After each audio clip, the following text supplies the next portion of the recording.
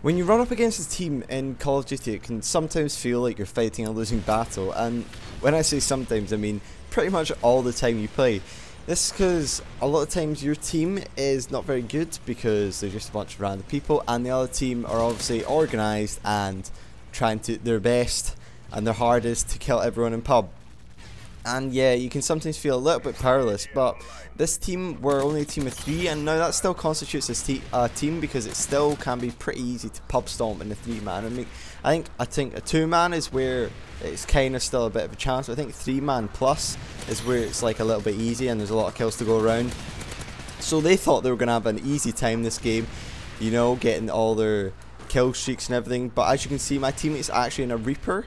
And I was surprised. I was like, a Reaper already at this stage? I mean, a random teammate usually doesn't do that well. So obviously he had something to do with breaking their momentum almost, because they suddenly went, whoa, what's this? And then I come in with my MP7 running about like a little ninja, and I kill a lot of them. And see right here, killing the, what is that, some 10 plus prestige. And now I'm going into this little spot right here, which long-term subscribers might know this from a ground war spot I used a long time ago. However, feeling a little bit adventurous, that was the closest I got to dying. I was so close to dying, that was unbelievable. Except I managed to do like a little strafe with the stalker and also jump over his bullets, which I think the jump actually made the difference. However, sometimes that, well, when I say sometimes, I mean it never works. But you know, the jump, the classic old moon jump, you know, it's still got its golden magic. And right here, I feel a little bit pinned down. Now, I was trying to rush this game again because I was a little bit bored, and as you do, I like to rush when you're bored, and when I play tactical and campy, I'm more thinking about things. This time I was just kind of got my balls to the walls, brains full out my head, I don't even know what I'm talking about, and just rushing. And I managed to push out eventually after they stopped spawning around there and they started spawning towards the well, and yeah, and then I can make my escape.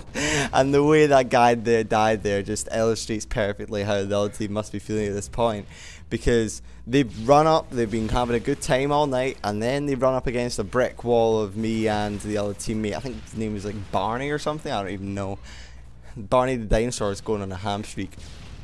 But anyway, here I am again. This is what I like about Village, is the ability to just run around the map freely. This seems to be like a really nicely balanced map, because there's a side that there's like, it's split up into thirds almost again. I mean, there's a side that there's a one team using, then there's another side that another team's using, then there's another third of the map where you can just use to flank, and I abuse the heck out of those flank routes. You see right here again, all two teams are fighting by the white truck, and I'm just running around the B-dom site and catching everyone as they turn around.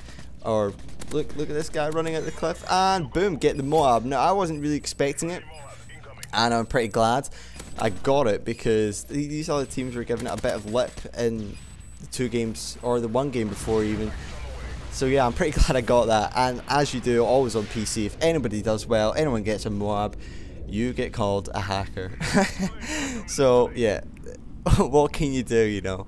And also guys, I would love it if you showed your appreciation. I mean, hit this a like for going up against a team and winning. Yeah. It's True Stu here, signing out. Goodbye everybody, and have a nice day.